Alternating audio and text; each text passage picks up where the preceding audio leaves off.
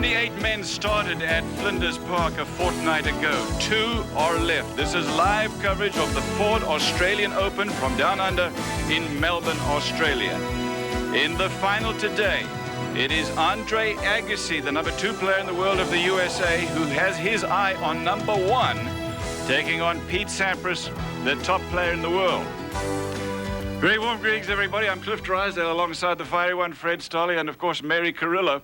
They are saying here in Melbourne that this is the best 4th Australian that they have ever seen, Fred, and I'm sure you'd agree. Certainly, you have to agree with that, Cliff. It's had everything in it, hasn't it? The number 1 and 2 players in the world. It's a dream match that any Grand Slam final would want, or any tournament for that matter. But the compassion and the emotion that has gone into these 2 weeks just makes it something very special. And then we also had the flood on centre court. So we've had everything down here in Melbourne this time. But the big winner for me is tennis in general, because what a great start to 1995 with this year's Open. Good words, Fred, and I couldn't agree with you more. Tennis has certainly been the winner. Who's going to be the winner today? That is the big question. These two have played against each other a number of times, Mary, and the other thing about this match is that, yes, it's between the number 1 and 2 player in the world, and it is a Grand Slam final, but there's more at stake even, isn't there? There really is. It's, for our sport anyway, this is the Super Bowl one day early. I mean, in the past with Agassi and Sampras, it was always style against substance. You know, Sampras had all the substance. Agassi was all about weird clothes and long hair and flashy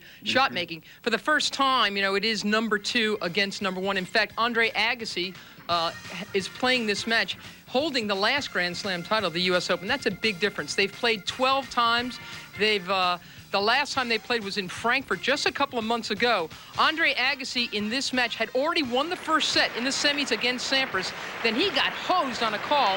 A shot Agassi hit we all thought was good. Rudy Berger in the chair overruled it. Have a look. I mean, this changed the entire complexion of the match because it so rattled Agassi. He'd been playing such good ball. On an indoor court, you had to favor Sampras in a situation like this, but he was handling Pete Sampras in this match.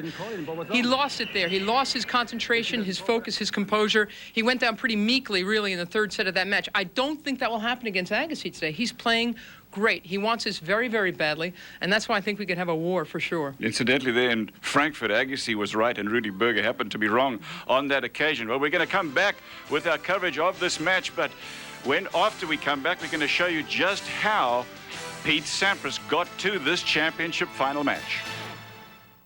With Minwax polyurethane, you can do more. Is brought to you by the totally new Ford Contour, a world car for the 21st century.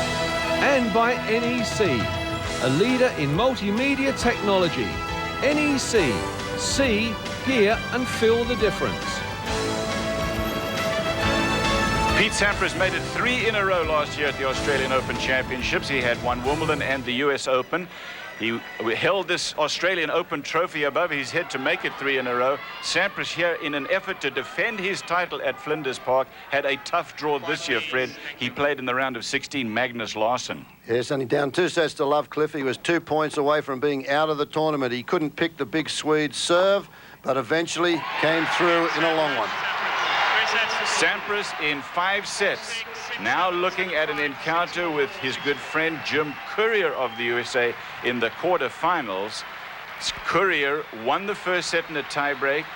Now it is Pete Sampras going down 2 sets to none on Courier's serve, tiebreak 2nd set. He was in so much trouble, Sampras. You know, he hadn't even dropped serve. Now he was down 2 sets to love against a guy who's just an animal in Courier. Sampras was playing without his coach, Tim Gullickson, who had another big problem. He's been ailing for months. He had been flying home while this match was going on. It was a remarkable effort for Sampras to keep fighting the way he did. He came back in the 3rd set. Here's set point in the 3rd set at 5-3. He wins the point, breaks Courier twice. So the set score now 2 sets to 1, Sampras ahead. This also was a big tournament for Jim Courier because he did not have a great year last year. He came down here. He likes the surface here in Australia, and he was doing particularly well. This was the match of the century for me, this one.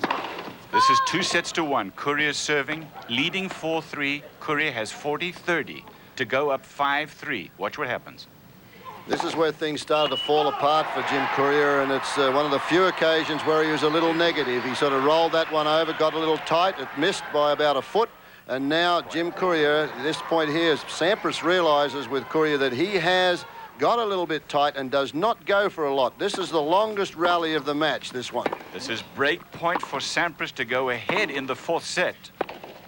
Really amazing that just a hairline crack in confidence could cause Curry to lose this one, because it was just a remarkably high-quality match. But Sampras knew that he wasn't quite as confident as he had been a couple of hours earlier. This is where Sampras' game has improved. He's a lot more patient than he was a couple of years ago, and it paid dividends right there. So Sampras now in a position to win the 4th set. Here he is trying to hold to go up 5 games to 4. Very late at night. This is up past midnight now, and the place was packed, going crazy for Pete and Jim.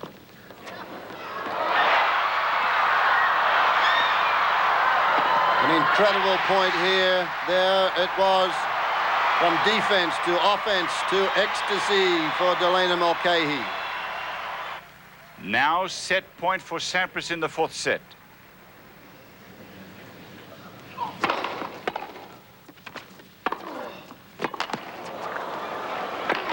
Oh, boy, that one, Courier knew that he had to put it away.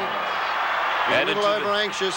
Added to the double fault that he served earlier, Fred, and that's really what hurt Courier. So at this point, it's 2 sets all. Someone in the crowd says to Pete Sampras, do it for your coach, and he breaks out in tears. The emotion of this moment is something that will never be forgotten at Flinders Park. Make no mistake about it. They are saying about this match that it is the finest match by far of any match ever played at Flinders Park, not only because of the quality of tennis, but the emotion. I've never seen someone ace through tears. But Sampras did it. His 5th set numbers were unbelievable. He lost only 2 points on serve against Courier. He was 1 for 1 on break points. He was over 80% at the net against him. The longer this match went, the better he got. Now a break point to put Sampras up 4-3. This is a point for 5-3. You've got to give Jim Courier his due, Cliff, too, because at this stage he knew what was going on, and he asked Sampras, he said, hey, Pete, you want to finish this one tomorrow? Because he knew what was happening out there. A very long evening, and that gave Sampras the break point, and he now will serve for the match. And here is match point. I say, as you look at Jim Courier, let me say that I was in awe of him and his performance and the way that he took his defeat here at the hands of Sampras in this extraordinary match. Match point now for Sampras, 5th set.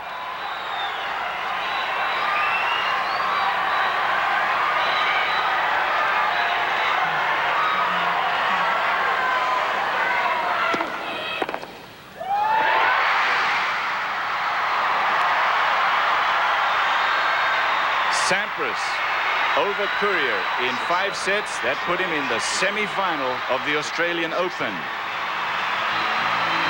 I'm not that surprised. Pete's pretty determined. I think it certainly at a Grand Slam, he's going to do whatever it takes to, whatever's in his power. He'll lose some matches, but he'll win a large majority of them. After Larson and Courier, it didn't get easier for Pete Sampras as he had to take on in the semi-final Michael Chang. He lost the 1st set in a tiebreak, won the 2nd set 6-3, and then the 3rd 6-4. Here's match point for him for a 6-4 4th set win. He was very sore and tired, Sampras. So he was as efficient as possible in taking him down in 4. In recent memory, this is by far the best Australian Open ever seen by any of the spectators at this championship. And the man that Pete Sampras now has to take on in the final is one who really lit up this championship from the time that he arrived here. Andre Agassi had never played in the Australian Open. He did play at the US Open, and for the first time last year won it against Michael Stich in the final in straight sets. That was a remarkable performance from Agassi, because he was unseeded going into the US Open. He'd only had 1 Grand Slam title coming in. He needed to beat 5 seeded players, played a brilliant final, and he had started the year at number 32 in the world. Right now he is number 2 in the world. Had a terrific fall after this performance as well. So the idea that Pete Sampras, the number 1 player in the world, is going to be going up against the number 2 player in the world is as good as it gets in tennis.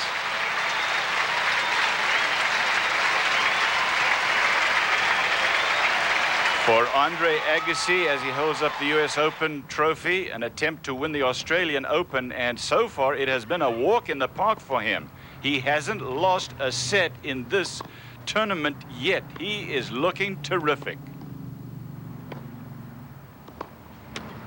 You got to look at Agassi the way he's been playing the last couple of weeks. You know, he's got a lot of firepower from the backcourt, and I really need to control the center of the court, because if he's smacking those big forehands, I want to be doing most of the running, and that's not really what I want to do. And so I think it's a great matchup. It's great for tennis if we get the #1, #2 player in the world, and I think we're both looking forward to it.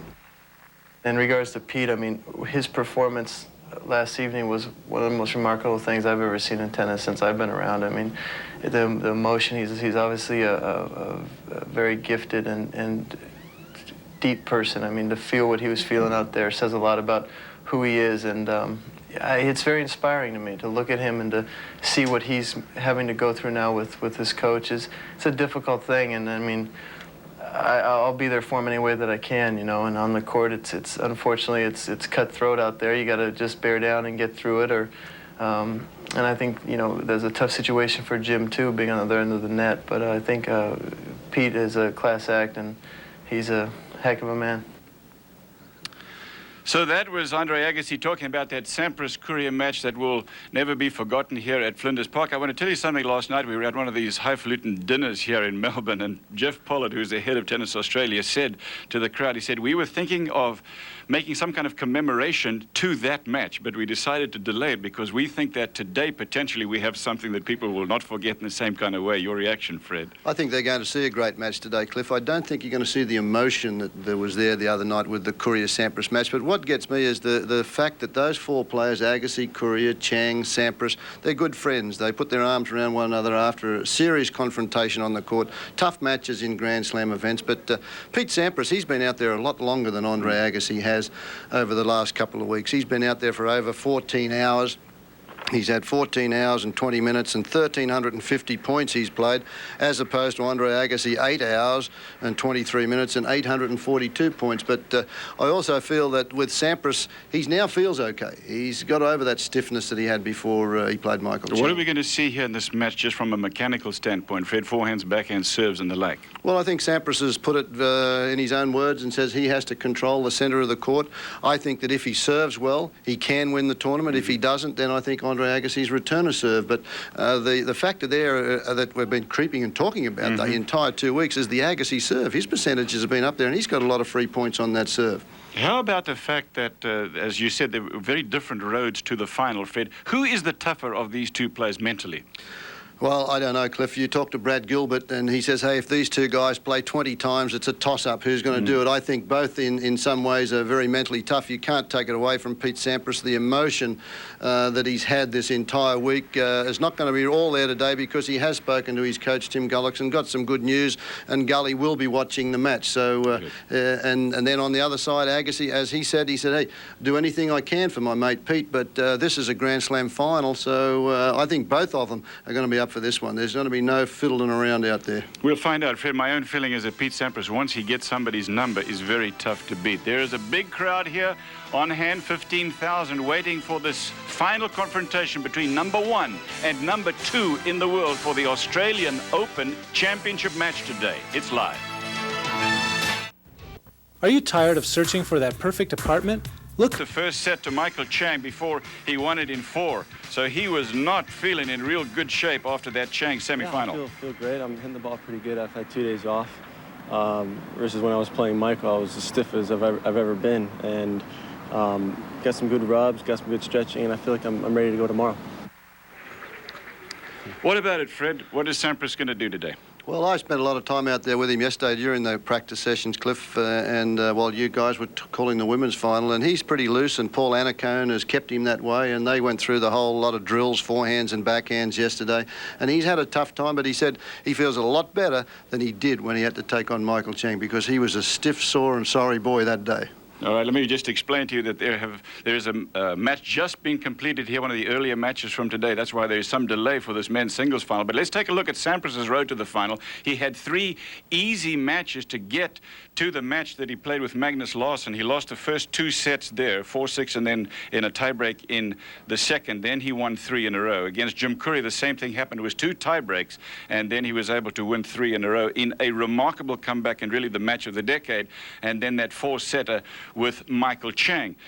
Let me talk to you, Mary Carrillo, about Andre Agassi now and what he has got to do. The one thing that I think you could say about him, and I think the one word that describes Agassi's last fortnight, is focus, and it still seems to be there. That's true. He's stripped down, you know, not just with his hairline, you know. He's got a little case of male pattern baldness that was a lot of the storyline coming into this thing. But everything about him is very much stripped down. I mean, he's, you know, you don't usually talk about the numbers of Agassi matches, but you have to in this case. He has been so clean, so focused, as you say, just brilliant shot making. I mean, it's freaky how well, you know, he can strike the ball. I think a lot of us feel that, you know, shot for shot, nobody has ever struck a ball quite the way that Andre Agassi has. He's had a very easy time of it here. I think he really could have used a little bit more of a push. I was speaking earlier in the day to Ted Schroeder, who won Wimbledon in 1949. Going into the final, he'd had 6 5-setters, and Ted said to me, you know, that didn't hurt me. Yeah. I was tired. He said for 2 weeks afterwards, I collapsed on my sofa, but that really made him very, very tough and strong, and it proved just how fit he was mentally. And I think Agassi could have used a little bit more of a shove coming into this match. Okay, Patrick Rafter and Yevgeny Kafelnikov and Krickstein, all 3-set losers to Andre Agassi. In fact, Agassi did not lose a match. Andre Agassi talked about playing against Pete Sampras in today's championship match for the Ford Australian Open. We've had some great matches, you know, last year and in Paris and then in Frankfurt, and you know, it's just going to be some great tennis. You can't say who's going to win. There's a lot of variables involved, and you know, it's going to be fun tennis. I'm looking forward to it. So is just about everybody else in Melbourne. In fact, all of Australia. I wish we'd had a little longer coverage in the US, Mary, because this is really a match, I think, that is going to be remembered in history, not only, as we were saying earlier, because it's number 1 and 2 in the world, but the combination of Agassi's trying to become number 1. It won't happen even if he wins here, but surely in the next 6 months, he does have a chance to overtake Sampras. Oh, he sure can. And again, keep in mind, I mean, this Agassi's for real now. You know, for a couple of years, I was very, very frustrated with Andre Agassi, the way he played. I mean, you were always a big fan of his. I always felt like he was, you know, he was betraying his own great gifts by not playing the kind of focused tennis and winning the big matches that he should. Now he wants to win them very much. In fact, his coach, Brad Gilbert, says that in the next 3 years, Andre should win 2 Grand Slam titles a year. That is not out of the question anymore. And you brought up Brad Gilbert, and truthfully, Mary, I think he's made a big difference too. There is one smart competitor. Okay, we'll be back with our live coverage of this men's singles final. It's going to be Andre Agassi. He's got a lot of fans here, but so does Pete Sampras. After a fortnight's play, it's the championship match. In a country where the people... Look at Melbourne, Australia. It's the southern hemisphere, so it's summertime down here, and we've enjoyed summer-style weather for the last fortnight. Been changeable. We've had some rain, but in general, it's been a beautiful fortnight of weather. You're taking a look at Flinders Park and the Yarra River next to it that Fred says flows upside down. I've never figured out exactly what that means. Maybe you'll explain it in a minute. Fred, let's take a look at the men's draw. Pete Sampras over Michael Chang in the semi-finals. Before that, the unforgettable match with Jim Courier. Chang had taken out Andrei Medvedev, the number 13 seed, to get to the semi-final. Meantime, the surprising Aaron Krickstein, he took out Jaco Elting. Then Kafelnikov had taken out Todd Martin, who's going to play Davis Cup for the USA. The number 10 seed took on Andre Agassi, and Agassi dismissed him without any trouble. So the number 2 seed now takes on Aaron Krickstein, beats him in the semi-finals, and the number 2 seed and 2 player in the world takes on Pete Sampras in the best of 5 set final. That was all in the second week too, Cliff. People forget what happened in the first week. The first couple of days, pretty quiet, and then you come out here on Tuesday, Becker's gone. You come out here on Wednesday, Steek's gone. So we lost a couple of big hitters in the early stages of this year's Ford Australian Open, and it will go down as one of the best Australians that they've ever had out here. Part of the story of this tournament have been the health and medical problems of Tim Gullickson's, Pete Sampras' coach. Here's Sampras talking about it. Yeah, he's in good spirits. He's with his family. He's healthy, and that's good. It was obviously a very emotional time for me with Tim and Tom. It was a bit of a struggle, but he's in good hands, and I've been thinking about him a lot, and hopefully I can win tomorrow for him. The news from Chicago is kind of mixed, Fred. Yes, well, talking to some friends this morning, said that they spoke to Tim, or he called this morning, and he is going to be watching the match. They've let him out of the hospital. He's going to watch that match and probably go back into hospital for some more tests tomorrow. So Pete's pretty happy with that situation, and I don't think it will affect him anywhere near as much as the emotional match that he played against Courier the other day. Well, that's what had happened in that match. Pete had been so worried about Tim Gullickson. A couple months earlier in the semifinals of the Davis Cup, Pete Sampras had just lost his very best friend, Vitas Gerulaitis, had to play through the emotional pain of that, had to be strong publicly, and he was trying to be very strong because he had been visiting Gully in the hospital, worried to death about him, and here he is trying to beat Jim Courier, and Gully's all over his mind in that fifth set. His emotions were spilling out of him. He couldn't deal with it anymore. I think you're right, though. I think now he's feeling a lot better. A couple of days have gone by. He's had a very good cry, and I think now we'll just see some great tennis. Okay, we're in Australia here. Here's a rendition by Tina Arena of Waltzing Matilda. Once a jolly swagman camped by a billabong under the shade of a cooler barge. Jay Amrit Raj and the fiery one Fred Stolle in a dramatic final here in the seniors event. They are winners of the seniors doubles, and I tell you what, Mary Carrillo, just to watch Fred is an inspiration. I know that DJ's got this going to Star Television in Asia, so he's a big wheel all over there, and I know that Drysdale's going to have a crack at me, so I know it's going back to the United States. So thanks very much for being part of it. Appreciate it. Have a crack at you, Fred? Are you crazy? I'd never think to do that. The biggest surprise, actually, of the year is that you can still win Grand Slams, even if it is in seniors here at Flinders Park. They're on the court. That's a live shot here of Pete Sampras. Let me tell you that it is now 2:34 in the afternoon, Sunday afternoon here. So in you Australia. know what time it is where you are, right, Cliffy? No, but I tell you what does aggravate me, Mary. Cliffy usually says that because he doesn't know how on earth to translate that back home. For it's 10:30 Eastern Time, 10:35 Eastern Time is what it is now, and we were supposed to have been on the air a half an hour ago, and I think it's ridiculous that for 2 years in a row now, as you take a look at Andre Agassi, they have delayed the start of this match to complete previous matches here. If they make a 2 o'clock start time here, they've got to make sure that the matches before the main attraction here are over by that time. This is a live audience back home in the USA. It's a very important occasion because it's the first Grand Slam championship of the match, of the year rather. More than that, it's between the two most compelling people in tennis. Best of 5 sets. Take a couple of photographs before they start, and as you said, this is one that all Australia, the world, has waited for, number 1 and number 2, and Mary's alluded to the fact that Agassi has come from whatever it was, 32 down to number 2, and Sampras has been up there so far ahead throughout last year for the number 1 spot. Nobody looked like challenging him, and even if Sampras loses this one, he's still going to be the number 1 player.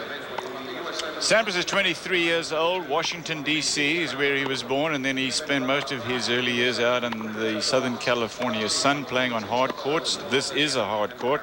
Then he moved to Florida. Tampa, Florida is home now for Pete Sampras. And Delena Mulcahy, his girlfriend. Sampras has found this court pretty tough on the body, as we mentioned how stiff he's been. He's had blisters on the feet and a bit of a cut on his toe. That's all been wrapped. He said they're quite comfortable when they're in the shoe, so he doesn't expect that to be a problem. But we've seen over the years, it's not a very warm day here today, but it is humid and muggy, as they say in Australia, because of the fact they had quite a bit of rain, but the roof is open. Agassi is on the road again. But he has spent all of his life in Las Vegas. That's where he was born. That is still home to him. Built himself a home and his family a home in the suburbs of Las Vegas. He has taken to playing some golf and certainly keeping himself in terrific shape. He has his own workout room in his home. Works with Gil Reyes, one But of the guys that you don't want to argue with on tour.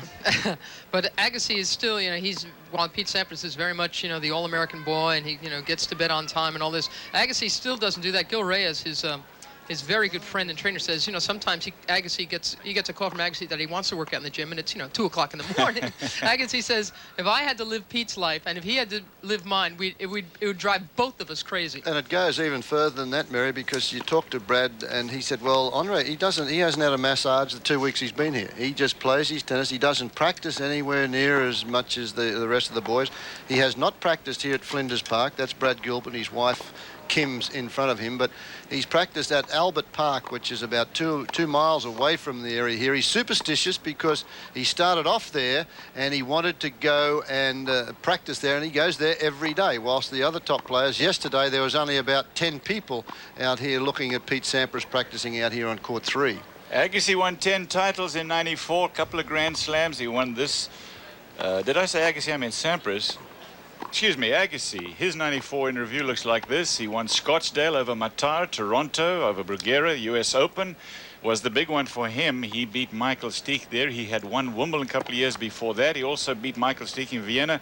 And at the Paris Indoor, he took out Todd Martin. He beat Pete Sampras there, Sergio Bruguera of Spain, and then big serving Marc Rosset. He was a finalist also, Key Biscayne. And remember that final because Pete Sampras came up with the bug in his stomach, something that he had eaten, and he needed an extra hour just to recover to be able to play that match. And play the match he did, and eventually Pete Sampras won it. So very good sporting gesture there from Andre Agassi. For Sampras, he won 10 titles, including a couple of Grand Slams. This one here over Todd Martin last year. 2 minutes. And then he won Wimbledon over Goran Ivanisevic. He started the year at #1. He ended the year at #1.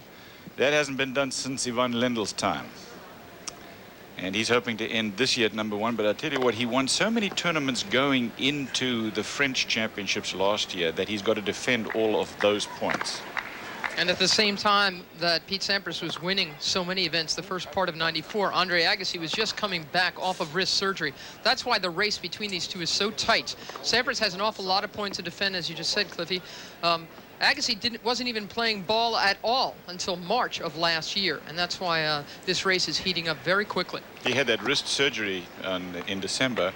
Let me tell you that Sampras has been magnificent in defending his singles titles. In '94, he had 6 chances to defend titles that he'd won in '93, and he won 5 of them. The only one that he didn't win was the US Open. Nice thing that they do here again at the Australian Open final. All the ball kids who do such a tremendous job here over the 2 weeks. There they all are. They get to come out and watch their idols. I had 4 kids come out and ball boy for Pete Sampras yesterday at the practice session. They thought that was just the best thing that ever happened to him. And Pete was very, very nice with them. And this is a great tradition that they carry on in all the Grand Slams. Actually, at the French, they line them up behind the back of the court. So all these kids all play tennis. They play in clubs and they play in leagues and at school. And out of all those ball boys, you'll find a couple of champions. And the ball girls, of course. This is great for tennis in Australia, isn't it, Fred and Mary? And it is wonderful to Wayne McEwen's in the chair to have a match like this to simulate tennis in a country like Jimmy Connors did in '91 at the Open, because it's been that kind of a fortnight here. The Tennis Industry Association in the United States must be feeling very good about the way that this year has started. It's a conglomeration of manufacturers and the United States Tennis Association, the ATP Tour, that have all got together in an effort to get more people playing, to get participation up in the USA. They're raising nearly $5 million as you take a look at the Agassi camp, at least the Sampras camp.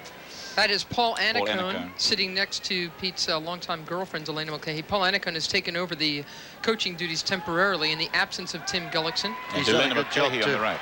That's his girlfriend. Paul's done a good job. He's kept Tim pretty loose, and he's been out there practicing with him. Power enough to eliminate. Style, action, might, and perseverance reign all supreme. We'll find out. Pete Sampras about to throw the first ball in the air. First Grand Slam of the year. It's Sampras against Agassi. Best of 5 sets. First point.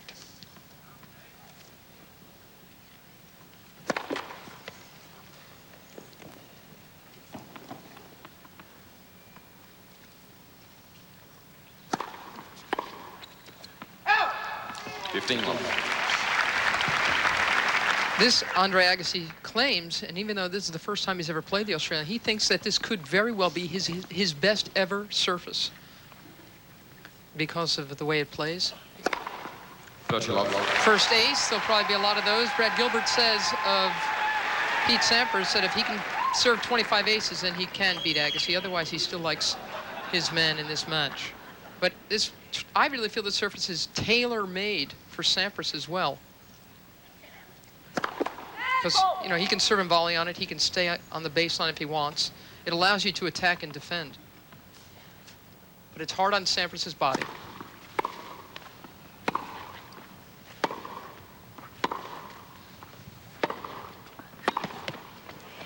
Because of the rubberized texture, it's called rebound ace. It's crushed car tires, and then they put an acrylic surface over it, and so you just don't get any give on a deco turf like the US Open court. You can slide, you can skid on that court, you can slide into something, and the shoe will continue moving. Here, it doesn't. It just grabs rubber on rubber, and that's it.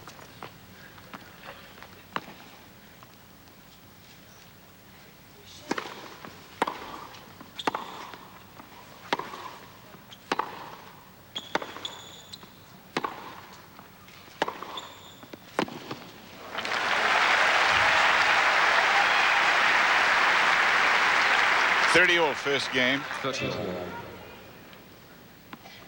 When Sampras beat Courier at Wimbledon 2 years ago, the average speed on his second serve was 97 miles an hour.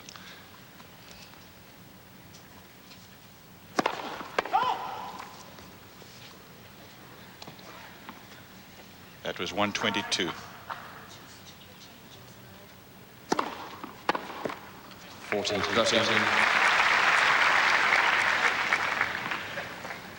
It was a 95 mile an hour second serve.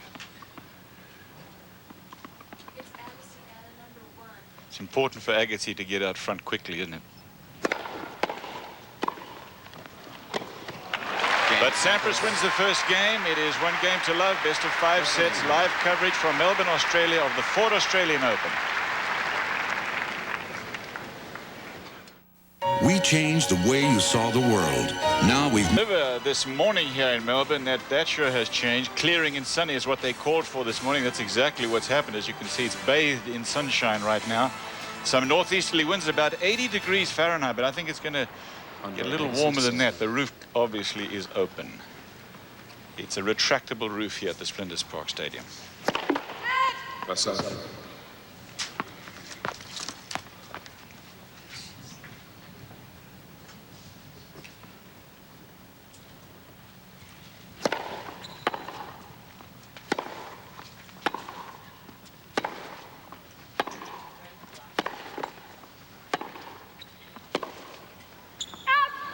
Second game of the match, 1 game to love Sampras.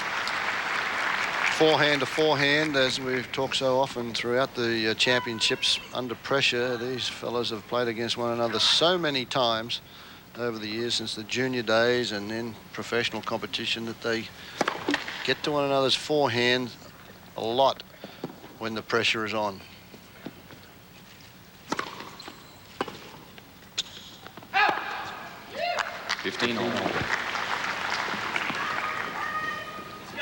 I think Pete Sampras learned a lot from Ivan Lendl, who's just announced his retirement. Sampras said that he considered Lendl to be like the Larry Bird of tennis because he worked so hard. Something that now most of the players on the tour do because they have to compete.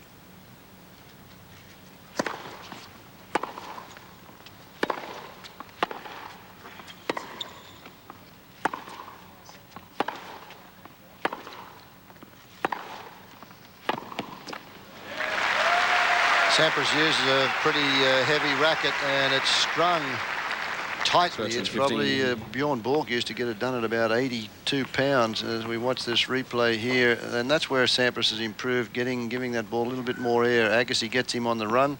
Sampras gets his racket strung between 72, 75 pounds. He has 5 or 7 rackets done for every match. He's using a mid-size racket. It's a Wilson Pro Staff, and he uses natural gut in it.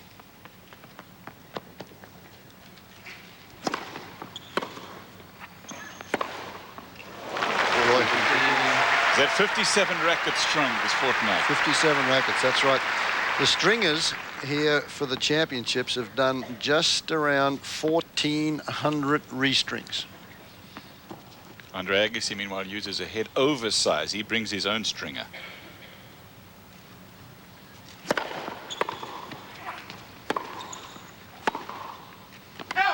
Game Agassi. Agassi holds on, and it is 1 game all. If you don't bring your own string, obviously the people who string differently in different countries, you may not get exactly the right tension. You guys used to bring your own stringers. Ivan Lendl did. He used to do that as well. And then remember, he used to change rackets every time they changed balls.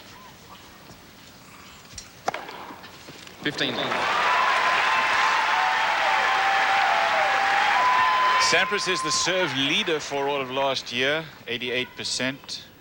You can see this Australian Open, 94.5% effectiveness on serve games won.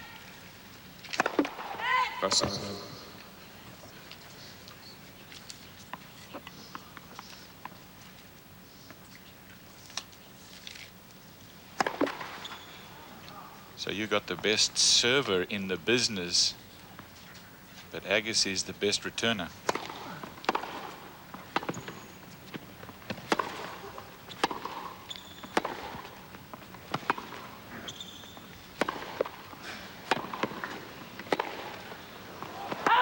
Oh, called long, and I thought that might have hit the line, and Agassi's return game percentages are really extraordinary. Look at that. Nearly 60% of last year he broke serve. Here, 62%. It's an extraordinary number. That's what makes this a great confrontation, and Sampras said he had to mix it up. Some of the times he'll stay back, other times he'll go in, serve and volley, as he did then. And boy, that was a very crisp backhand volley.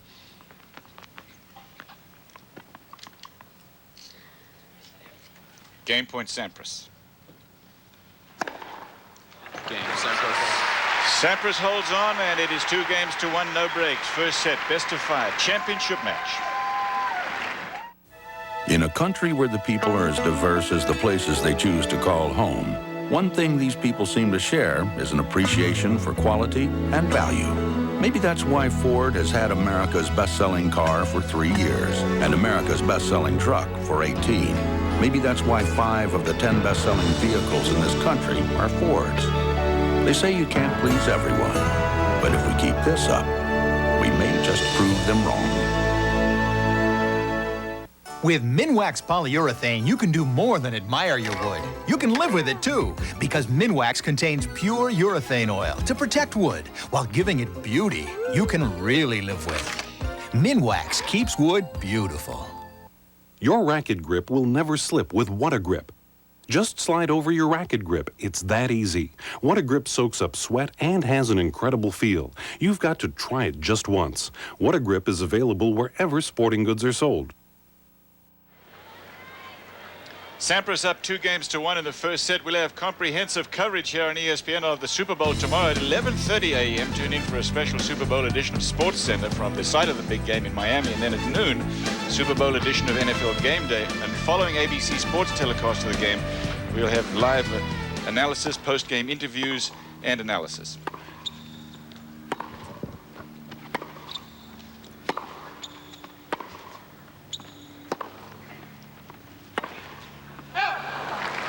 About 2 miles from my house, Joe Robbie Stadium, and I'm sure they're going to have a tremendous weekend down there. We'll be watching it at the airport. The Jackaroo Lounge. on the way back on Monday morning here. It's now Sunday afternoon. Jackaroo Lounge that Mary refers to as the Qantas Lounge in Sydney.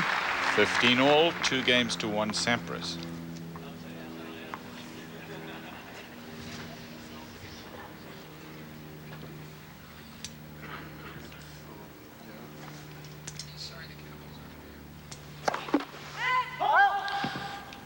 I asked Sampras yesterday his pick for the Super Bowl, and he said, well, my favourite team, the Cowboys, are gone, but I've got to go along. He wants to see Steve Young win the Super Bowl, so that's his pick is obviously San Francisco. I don't think there's too many other folks that would go against that. We were told down under here, though, that the point spread was 18 points.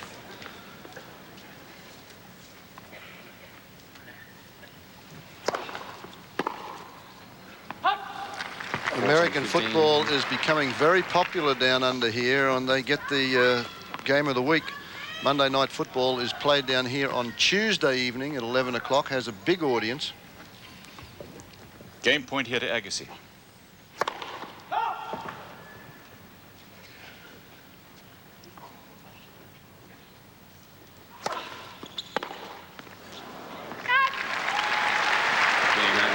It's 2 games all in the first set. It's the third time in the last 4 years that the 2 top players on the tour rankings have met in the Australian Open. Finally, 92. Courier took out Edberg in 93. Courier beat Edberg again.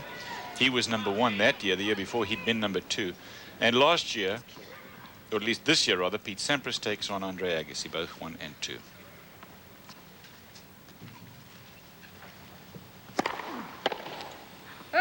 Last year, Sampras beat Todd Martin. Excuse me, Phil. The thing that's been very special this year, of course, is the fact that it is Andre Agassi's first time down here for the Australian Open, and he's been in Sydney for the Australian Indoors, which is played in October. But this is the first trip down here in our summer months for him. And as Ray was saying, he thinks this court is made for him, and the ball bounces up just right about where he wants it, between chest and waist, and that's in his good strike zone. Yep. 15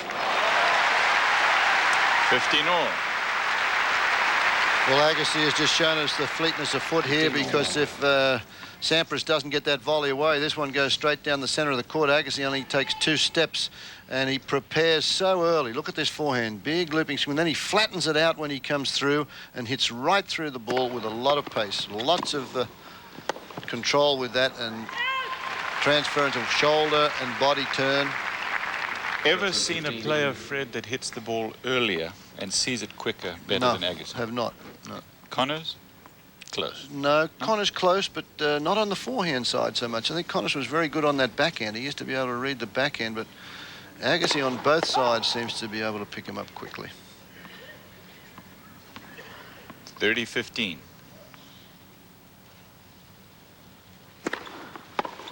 Look at that. 30 all. He was a yard inside the baseline when he hits this one. So this match is starting to warm up very quickly. Look, you can say he takes that step inside the baseline, cranks that between waist and chest, and just finishes the backhand, finishes the rotation. Brilliant shot. He made it look easy, and it was a 96-mile-an-hour second serve. This is where Sampras sometimes presses a little bit, when he's forced to come up with big second serves all the time, because he respects the return so much. 30 all.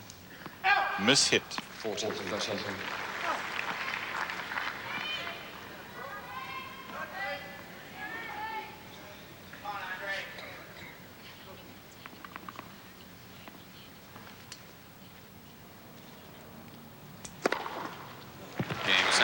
Sampras has got 3-2 lead. We're on serve. First set, best of 5 for the Australian Open from Melbourne.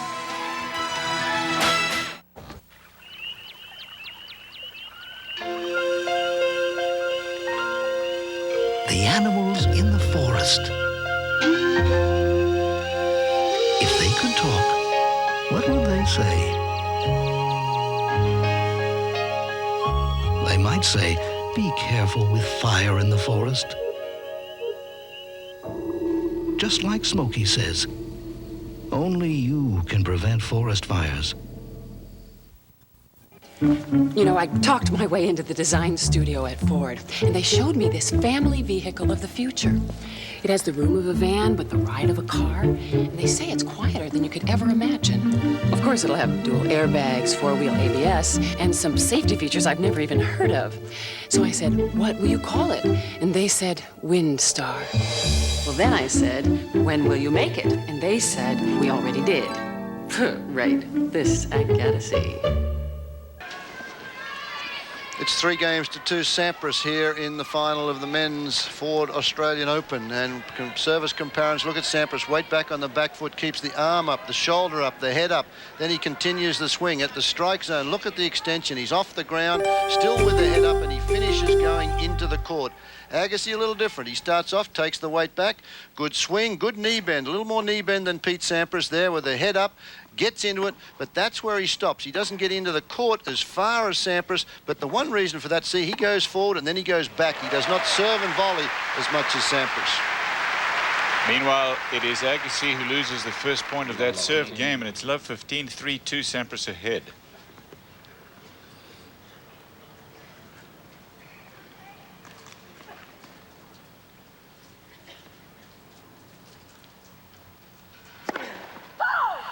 Give you an idea of what's happened. Only a couple of service games, but when Sampras got his first serve and he's won 100% of the points and 50% of second serves.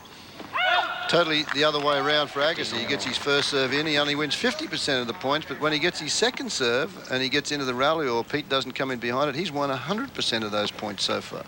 Quite extraordinary. Sampras, an unforced error, you've got to call that at love 15 off a second serve. Yeah.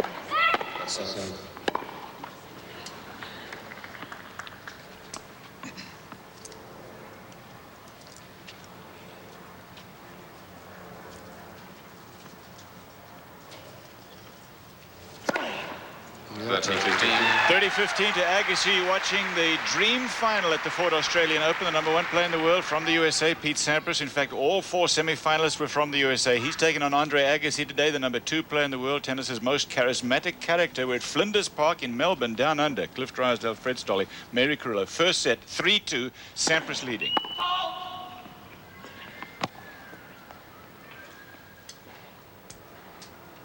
You got all that out in one breath. That was good. 14-15. Again, Sampras missing on that second serve return. That's an area where he has to get involved in this match because he can't do much off the first serve of Agassi, but he does have to try and control the point if he gets a look at a second serve. That's what happens if Agassi gets the first serve in, the reply goes back half court, then he dictates the trend of the point from that area. And that was the one thing that Sampras said that he had to avoid. First set of this match, Mary, more crucial to which one of these two? Well, as Sampras has shown, you know, he gets stronger with every set, amazingly enough. I think if Agassi wants to take down Sampras, he's got to do it. He's got to do it as quickly as possible. 3 games all. 15 love.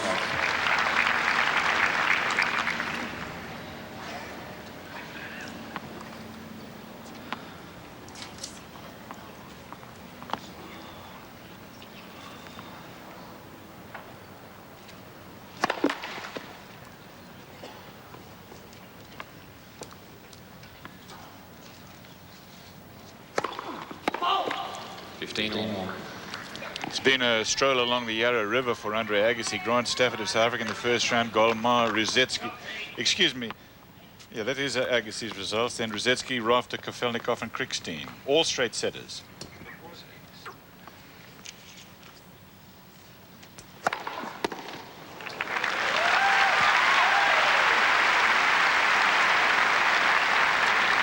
Another big first serve. We sort of worried at the US Open going into that particular Grand Slam event whether Agassi is fit enough to play 5 sets. Well, he proved that he was in that event. Here he's had all 3 setters, so it'll be interesting to see if it goes the distance, how he comes out of it physically. As I mentioned, he doesn't get any rubs, he doesn't get massages, he doesn't practice for as long a period of time as does a few of his opponents. That's the second double fault in this game for Sampras. The last time that Agassi beat Sampras was last year in Paris indoor on a carpet. It was a straight setter, and Agassi, every time he's beaten Sampras, it's been in straight sets.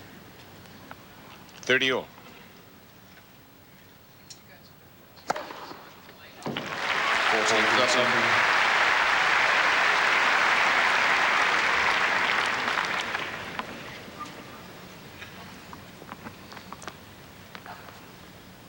5 aces for Sampras.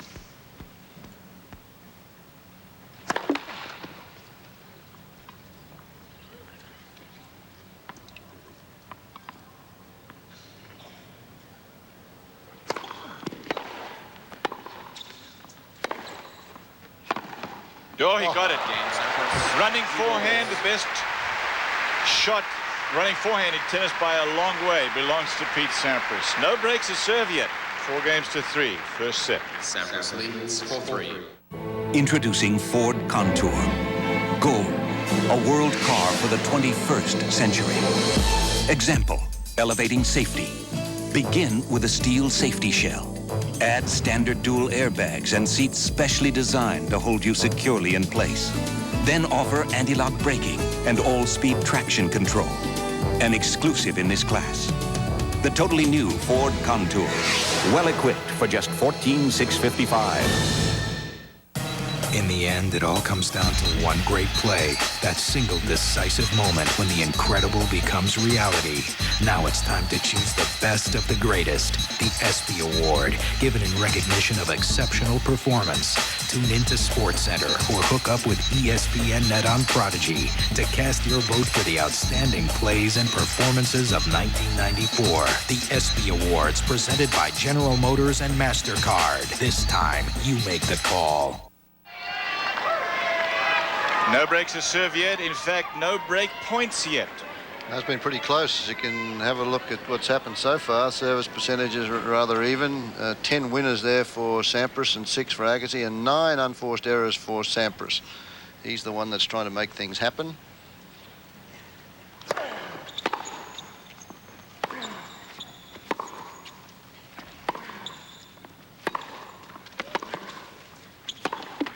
It used to be when Andre Agassi played a match, his numbers were always high no matter what. A lot of winners, a lot of unforced errors. But again, he's toned everything down. He plays a much more thoughtful, conservative brand of tennis. It's why he wins so much more now than he used to. I think you can say pretty much the same for Sampras, though, too, Mary, because in his youth,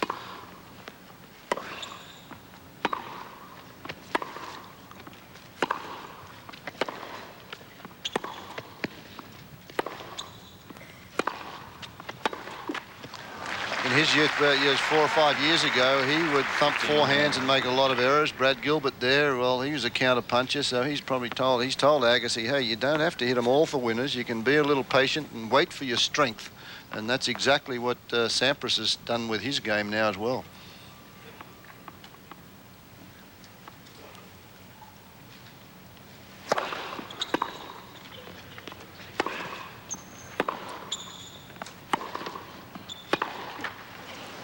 Version 15. 30-15. Brad Gilbert has had a lot to do with the success of Agassi. I also think that his brother Philip and Perry Rogers, who are both with Agassi Enterprises, have taken a lot of the pressure off Agassi and have smoothed the way for him. They headquartered out of Las Vegas, Agassi's home. 30-15.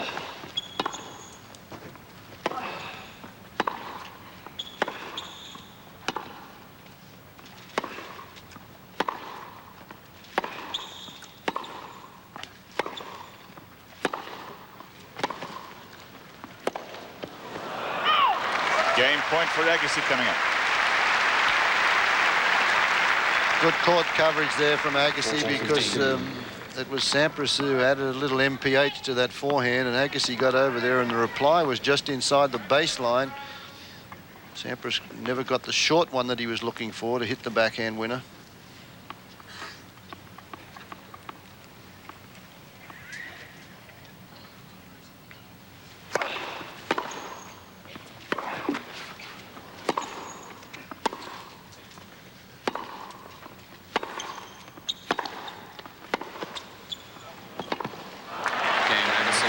Agassi holds on. It is even 4 games all in the first set. Our tennis coverage continues on Friday of next week with the first round of the 95 Davis Cup competition. USA trying to get revenge against France, who beat the Americans in 1991 to beat the US in the final. This year, Todd Martin and Jim Courier will play for the US. Palmer and Renderberg, who won the doubles here, will play for the US in the doubles. That's Friday at 1 p.m. Eastern time. Forget will play, in my opinion, and I think you're looking at Piolin as well in the singles for France.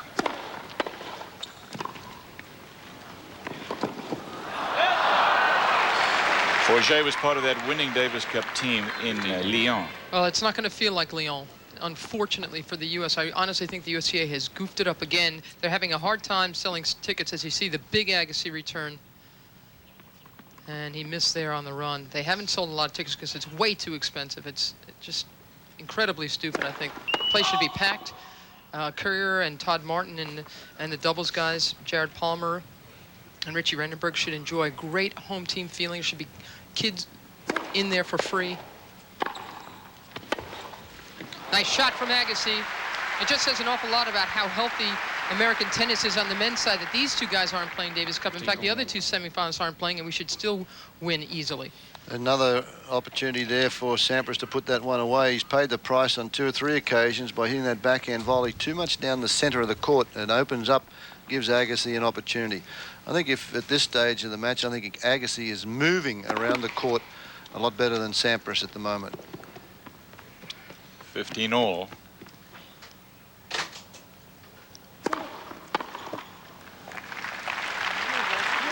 Neither one of them is really taking advantage of some of the serving that's been going on here. I think that's why this match is close. I agree with you, Fred. Again, this court, this gummy surface is perfect traction for Agassi and the way he hugs a court and moves around it.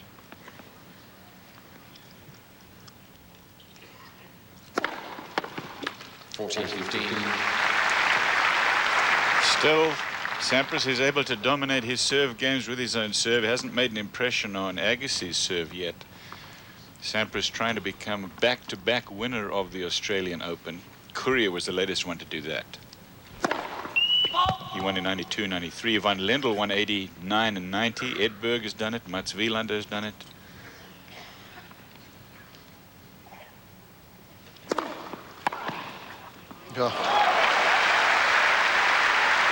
This is a pretty tough second serve, this one. It bounces up a little higher, but Agassi can control that one. He can still generate some pace on that shot.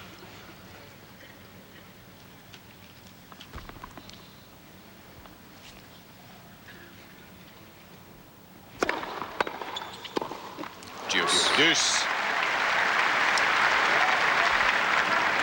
Sampras has had more difficulty holding on than Agassi so far, right? Yep, definitely.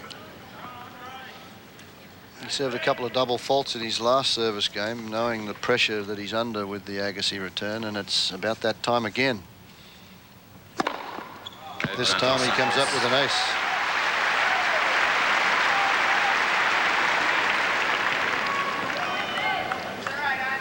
That was just short of 200 kilometers, so 123 mile-an-hour first serve. That'll get you out of trouble. Yeah. Nice to be able to do that. And again, oh, called wide.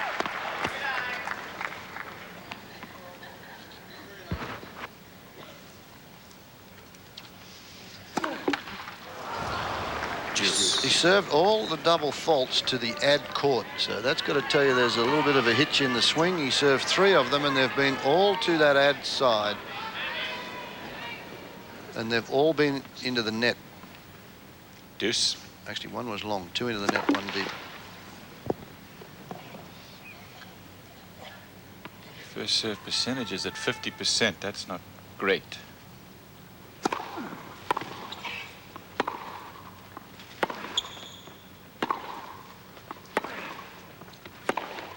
Missed that one. Here is a break point for Agassi, the first break point of the match for either player.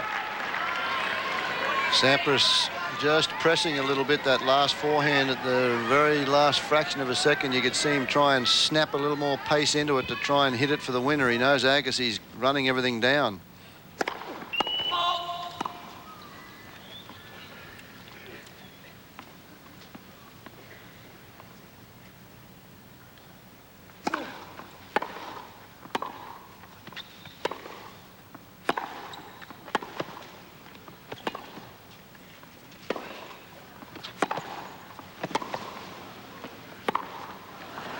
got it. Man, that is great stuff. As Isn't it, Sampras said, he said, I can't beat Agassi from the baseline, but he surely can play with anybody from the baseline.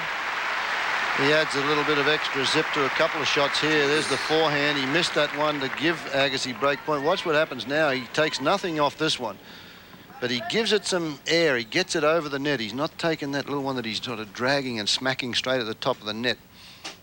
Low percentage. Not getting the ball up high enough on that last one. He's down below 50% on serves, first serves.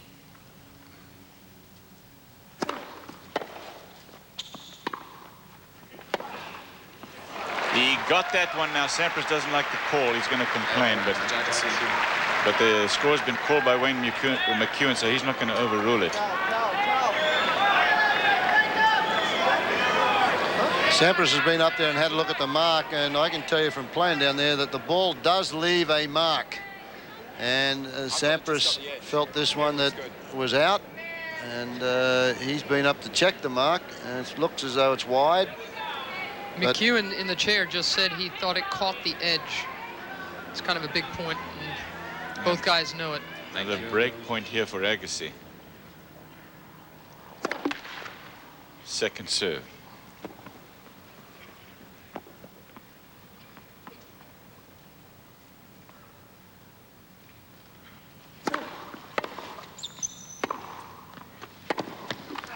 That's a great approach shot from Sampras. Critical stages, he's hit a couple of big shots. Yeah, well, Agassi was looking for that one cross court, and it's a good play if you can execute it. Not too many can. Sampras did very well then, because you catch your man unawares going to the opposite side. He was looking to get over in that two-handed backhand position. Now game point to Sampras. The longest game of the match so far, and it's had a couple of break point opportunities for Agassi.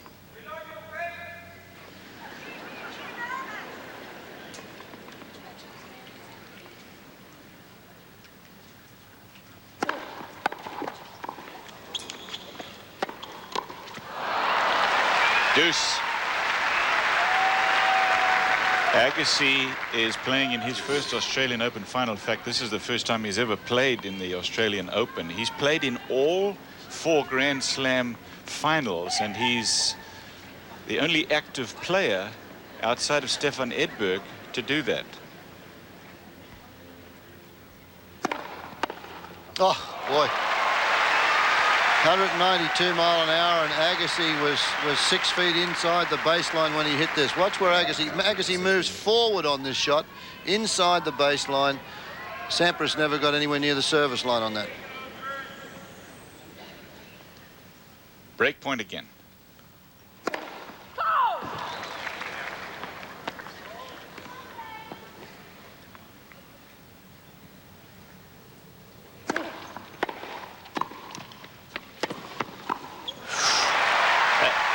Great return of serve from Agassi, but Sampras had determined that even behind second serve, he was going to come in behind it, and he played a great volley. Watch. This is the match we anticipated. No quarter given. They've got to come up with great shots. A couple of break point opportunities. Sampras has done well to get out of them.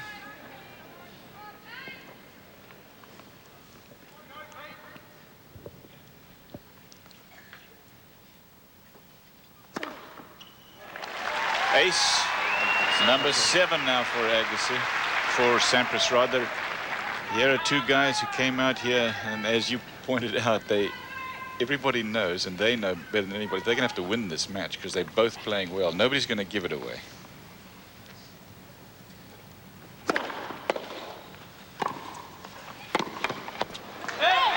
Great effort from both players as Sampras hangs on. Agassi had his chances, but did not break serve. On serve, 5-4.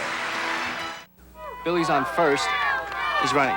He's out. Call you back, Dad. NEC makes hundreds of products, like cellular phones. When he showed up here in Australia, realized that he had a tough draw, but he's come through in spite of it. It's been a very tough road. I've had an extremely tough draw playing Larson, and then round 16 to play Curry, to play Chang. That's as tough as it gets. And I feel like if I play my tennis, I'm very tough to beat. And obviously, coming back and defending is a bit more difficult than winning it for the first time. But I feel good, and I'm ready to go. The only tournament that he failed to defend from a title that he had won in '93, and he did it 6 times, was the US Open. And remember, he was out with an injury after winning Wimbledon. Sampras, you can see, has donned a hat. I don't think he'll serve with the hat because the bill of the cap bothers him when he's throwing up the toss.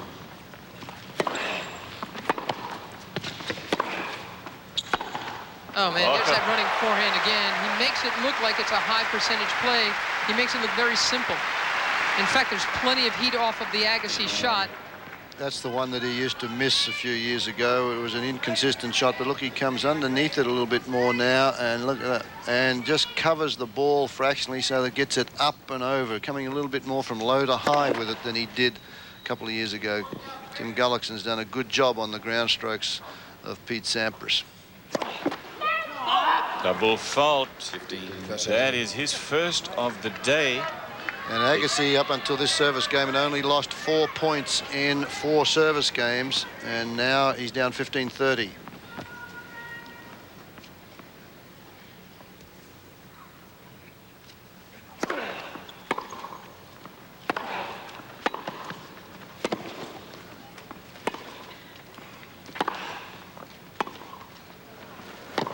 On the line on the approach shot, he's got a couple of set points. This is where this man has just improved so much. He could have just let this one rip like he would have a couple of years ago. He took his time with the top spinner to set it up and then played the slice backhand. It hit the line. Once that slice backhand hits the line on this court, it skids. Agassi had no chance of making that passing shot.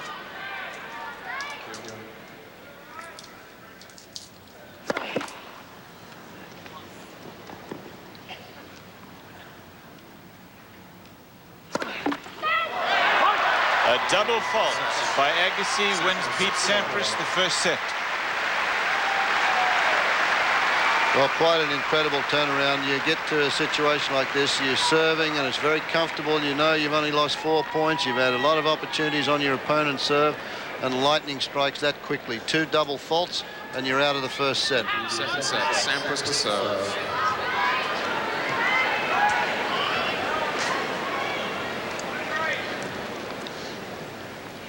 Brad Gilbert and his wife Kim.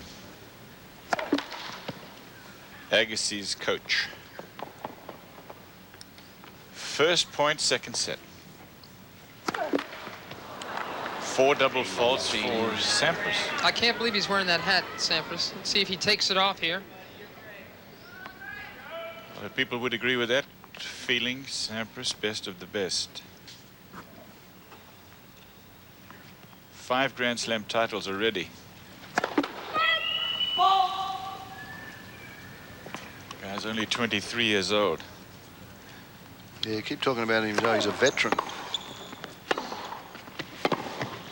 Oh. He got it. Love 30. It's a remarkable shot because look how far Agassi is as he strikes this ball. He's on his heels. He's shoved backwards, and he can still snap it cross court for the winner. Very quick to get to that one. This is just what he needs. He needs a break early in this second set after serving a couple of double faults. He's got to be upset with that.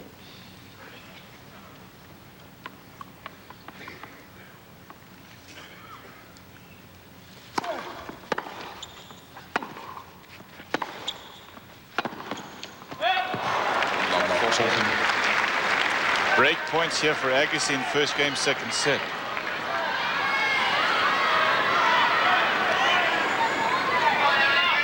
Agassi won Wimbledon in '92. He took out Becker, and then his buddy at the time, John McEnroe, in the semifinals, and Goran Ivanisevic in the final.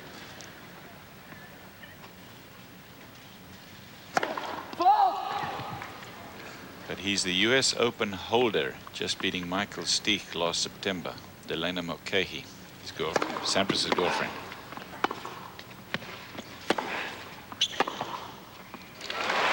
Saves one.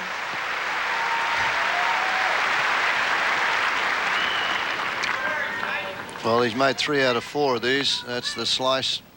Stays rather low, but this running forehand down the line, he missed one a couple of shots ago to give Sampras a lead in this game. I mean, Agassi a lead. There it is. First break is served by Andre Agassi. He leads 1-love in the second. He lost the first set. You've got customers who demand, information to command, and competition to withstand. So how's your business to expand?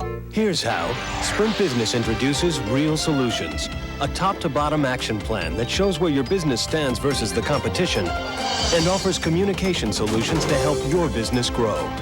And it's all free. Call now for Real Solutions. 1-800-816-REAL. Only from Sprint Business. With Minwax polyurethane, you can do more than admire your wood. You can live with it too, because Minwax contains pure urethane oil to protect wood while giving it beauty you can really live with. Minwax keeps wood beautiful. Your racket grip will never slip with What-A-Grip. Just slide over your racket grip. It's that easy. What-A-Grip soaks up sweat and has an incredible feel. You've got to try it just once. What-A-Grip is available wherever sporting goods are sold.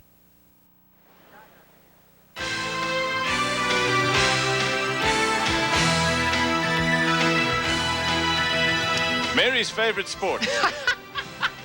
Cricket at the local club here. There's a big, what you wouldn't understand, Mary, test match they call it here between what Fred would call the Poms. That was a great English square and cut Australia. that guy made. He got it there, square cut it, and away it went. Yeah, that was fabulous.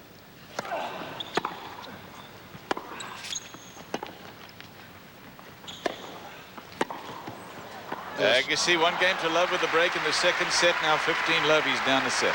Cricket is by far the biggest sport down under here, and the Australians and the English always have rivalry, and the test series has been won by Australia, and they're playing another test over in Adelaide at the moment. The test of patience.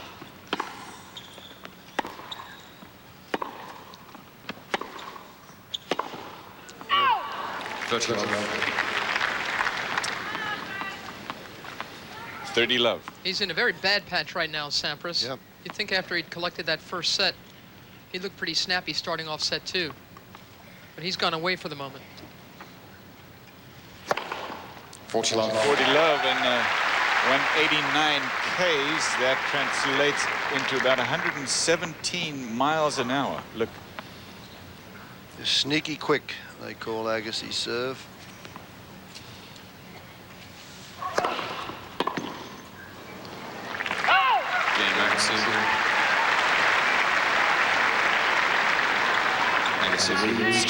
Very quick game there for Agassi, and as I mentioned, up until that last service game, 2 double faults that cost him that opening set. He'd only dropped 4 points on serve. He continued there in that game to win his serve to love.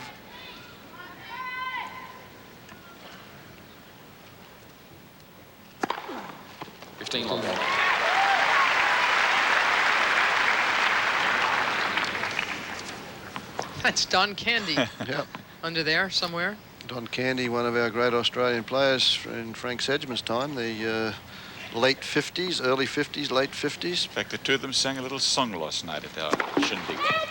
Former coach of Pam Shriver. Name of the song, Cliff? No, you got me, Fred. Huh? The Pub with No Beer. Okay. That's right. A national tragedy around here.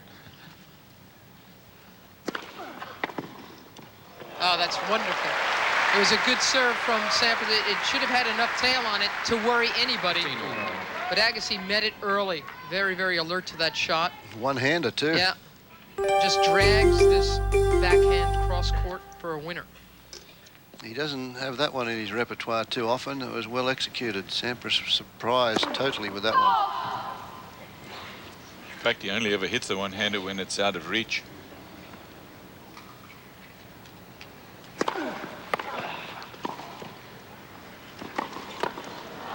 Yeah, well, Sampras is not moving well enough off of the Agassi return. The measure of this match, because obviously the elements are so easy to see, this man's return against the Sampras serve, the measure of the match is from where Sampras is striking his first volley, and he's been drifting a little too far back on some of these. Agassi has just dominated this second set, 110 of the 12 points played. So again, Pete has got to reestablish himself. 15-30. Again, look where that first volley is. Another blistering return, so a chance to put this one away with 2 service breaks. I think that Sampras' forehand volley is a little weaker than the backhand side. It was just pace of shot on that one that took care of it. 15-40.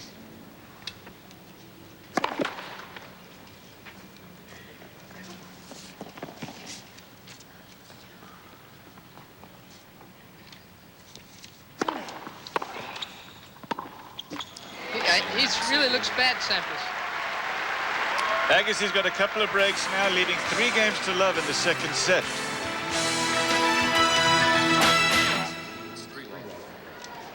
I mean, for Pete to even to be wearing that. They said we'd never make it, that you were too headstrong and I too set in my ways. But we fooled them, didn't we, Maggie? 10 years ago today, and I wouldn't trade one crazy minute of it. Our little fights over money, the laughs, the whole 9 yards. So sit yourself down and give me your hand just one more time, Maggie. Has been the forehands of both. There you see Agassi very quick. A big looping swing comes through and flattens it out as he makes contact and then finishes way behind his neck. Rotation of the shoulders and hips does it for him. Elbow back first, up high with Sampras, and then same thing, the rotation, but not quite as much as Andre Agassi with Sampras.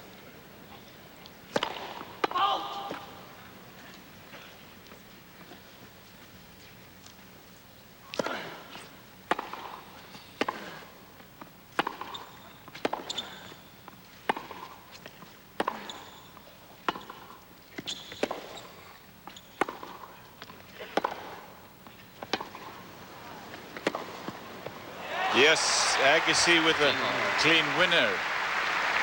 You're watching the 2 best in the business going at it, eyeball to eyeball here at Flinders Park in Melbourne, Australia. It's the first Grand Slam championship of the year, the Australian Open. It's Agassi and Sampras. Sampras won the first set.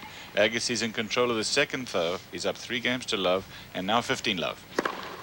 And with 2 breaks already, guys, in a 3 out of 5 set match, you two have both played so many of them. Isn't this sort of the last game that Pete Sampras will try to win before giving away this set? Pretty much so. Seems to me that's what he should be trying to do. Yeah, the chances of him coming back to win this set are pretty remote, and this is probably one of the warmest days we've had for a while. That's why Sampras has the cap on. This is the time, really, you just kind of flail away, and if they go in, it's an added plus. Yeah, 2 breaks down against Agassi is a pretty tall assignment. Exactly.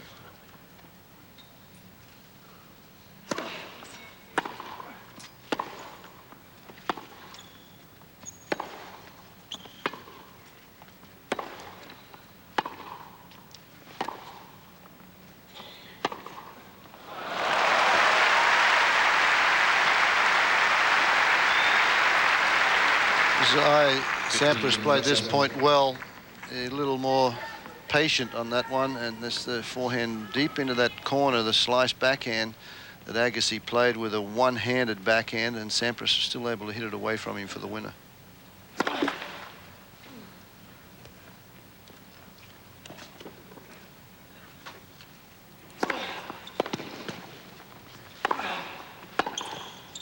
Missed that one. 30 all. Sampras says, when I'm playing well, I look like a genius, and when I'm not, I look like I'm tanking.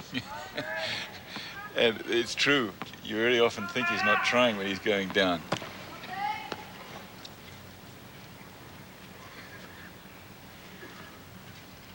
$30 all.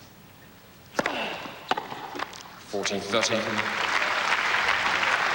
Be hard to ever question the Sampras resolve after what he's been able to do in this fortnight.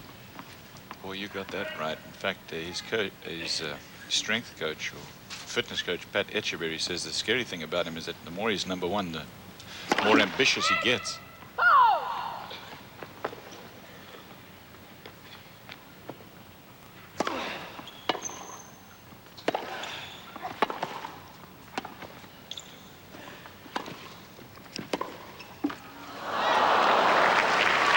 Deuce. I mean, he says about being number 1, you don't own that position, you just rent it for a while, Sampras, but he also kind of sees himself in historic terms and wants to be judged against the achievements of the greatest of all time, like Lever and Rosewall. McEnroe, Connor's got to be up there.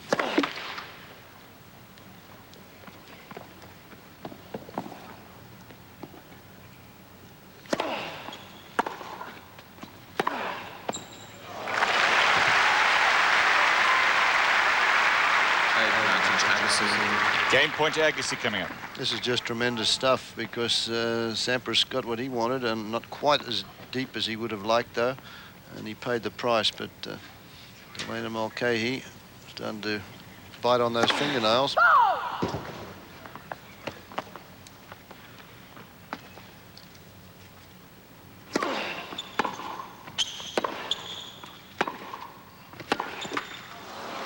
Juice. Well, referencing what you just asked a moment ago, Mary, if he's able to break here, of course he's back in the set, but we'll see. It's deuce. So these next couple of points could be big. But if he goes down, this one's going to be 4-love. Sampras, I think, would be smart enough to give away this second set. Agassi there attacking the Sampras forehand because that he goes for broke on that more so than the backhand. The backhand he can get it back into play like that.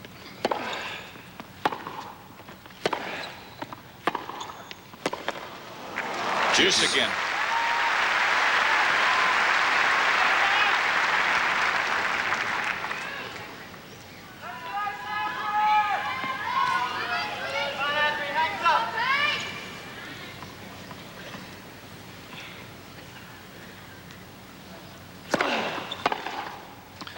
Again to the forehand, and he goes for broke once more rather than get it back into play. That's what I thought he'd do here. If they go in, then that's what you call in Australia Sydney or the bush.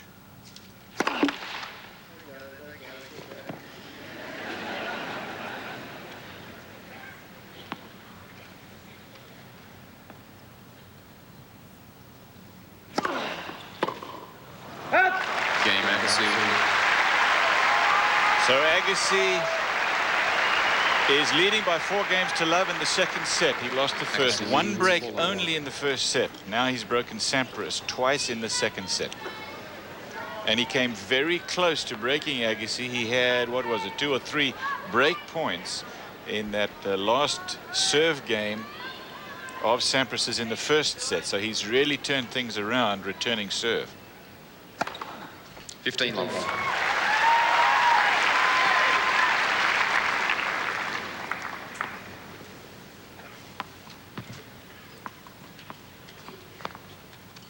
Pete Sampras totally dominated this event last year when he won it. The only player who was able to pressure him was Yevgeny Kafelnikov in the second round. Yeah, he did more than pressure him. 9-7 in the fifth, wasn't it? Very close match, and he had some very good things to say about him afterwards.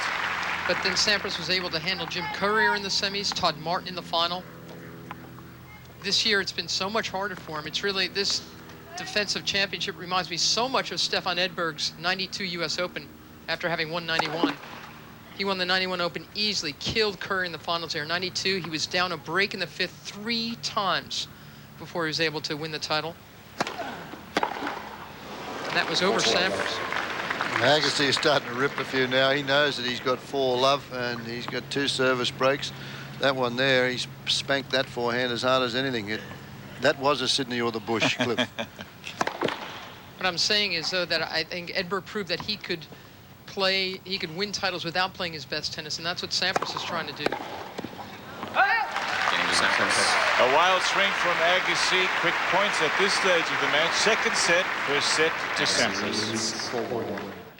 We made history on the American road. Now we're looking to the future. Introducing the new Ford Explorer. The only leading compact sport utility with standard dual airbags. The one with the roomiest interior. And the one that was ranked highest compact sport utility in initial quality. The new Ford Explorer. Far and away, the best the world has to offer. If you could have anything you wanted and you could make it last for an entire week, what would it be? Okay, if you could have anything else you wanted and you could make it last for an entire week, what would it be?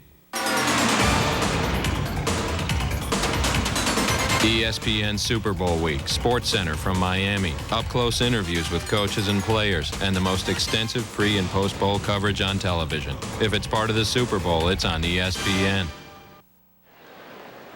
Agassi's leading 4-1 in the second set. Sampras won the first 6-4. He has set up a charitable foundation to assist at-risk children in Las Vegas. He also wants to help tennis. To me, it's to do the most that I can for the sport that I love. You know, I mean, tennis has been my life since I've been a little boy, so I want to add the most possible and to make sure that it becomes the most important that it can be. You know, I mean, I think that tennis has died down a little bit, but it goes through its stages like any sport, and you know, I really believe it's on its way back up again. This rivalry isn't hurting anything.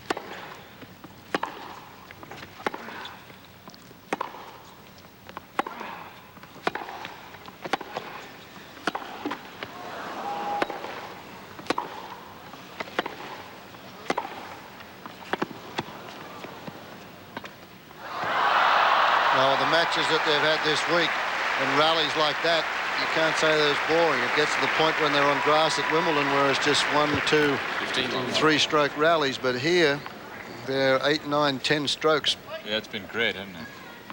This whole tournament has been, I've had such a great time. So many compelling storylines here.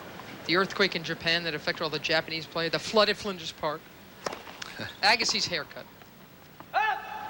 The potential for a new #1 in the women's, 1 versus 2 in the men's, groins, illegal cleavage, Natasha Zvereva after a doubles match, flashing, getting herself in trouble. Tears from Li Feng in the first round when Sanchez Vicario knocked her down. Tears from this man during his quarterfinal match. It's been great.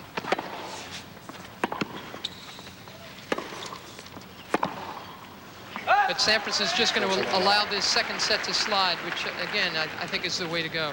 Yeah, his serve percentages in this set is 29% first serves. Overall in the match, it's only 44%. He's got to concentrate on taking a little bit of pace off that first serve, in my opinion, in set number 3, and trying to get a few more of them in. Get that percentage up. Sampras gets 1, but it's still game point for Agassi. 40-15, 4-1 Agassi.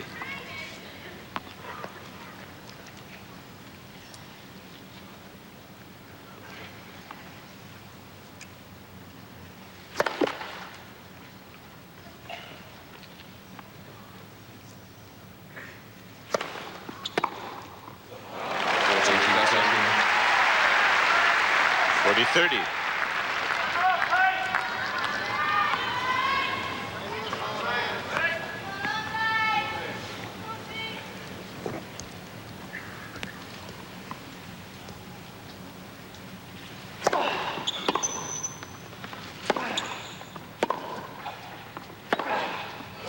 Game Agassi. 5-1 Agassi now. Leads 5-1. Just been too tough off the ground. That one gets up into that hitting zone and the forehand does the damage again. Go Agassi. Kiwi fans there. There's actually New Zealanders, right? Yeah, the Kiwis. Yeah, we throw them off the back of the boat. Yeah, no, I shouldn't say. That's just in Australia and New Zealand. Hey, you say that about people from Sydney too, don't you? 1-5 second set.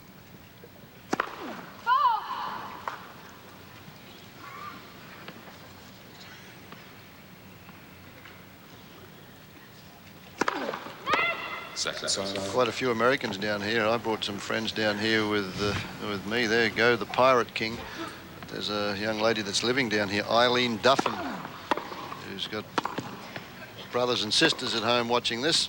7 brothers, and they're all watching ESPN, watching the final here. He does look like a pirate. He does, yeah. It's wild. I can come up with an outfit like that. It must have taken somebody a long time to figure it. That little. Hey, he gets everybody's attention. There's no more towering personality in tennis than Andre Agassi. Love 15. But he's matching it here with some unbelievable stuff. 24-13, the points in this second set. 24 to Agassi, 13 to Sampras. A double fault there. He's got to concentrate on his efforts just to get into set 3, because he can't go into set 3 serving like he is now. He's got to take his time and think a little bit about what may have to change in set number 3. Oh. 25% of first serves in this set.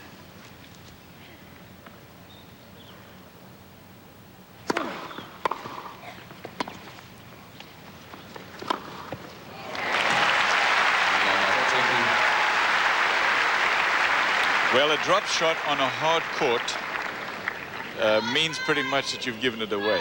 He is giving it away, though, Cliff. That's what he wants, short points. He's trying to gear himself up for the third set. He's been doing that throughout this whole second, really. Set points here.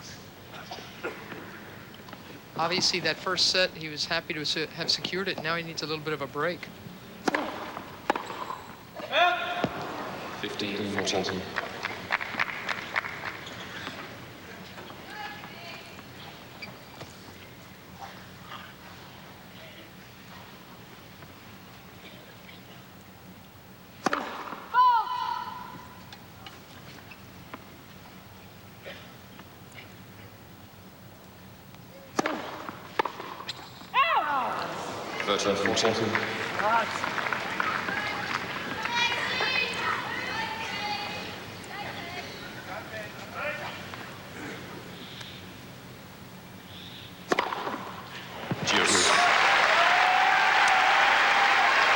Down 5-1 and love 40. I think it's important for Sampras to win this game, though, Cliff, and let Agassi serve it out at 6-2, which then allows Sampras to serve first in the third set.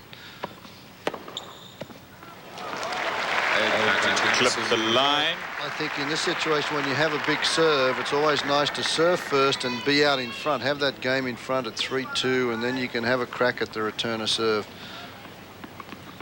Well, we'll see. It's another set point here.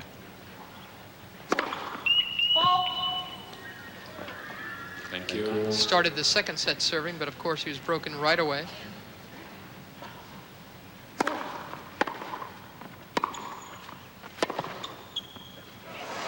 Ball good again. Got a couple of close calls against him, he thinks, Pete Sampras. They're going to change ends. It's 6-1, second set to Agassi. Take a break.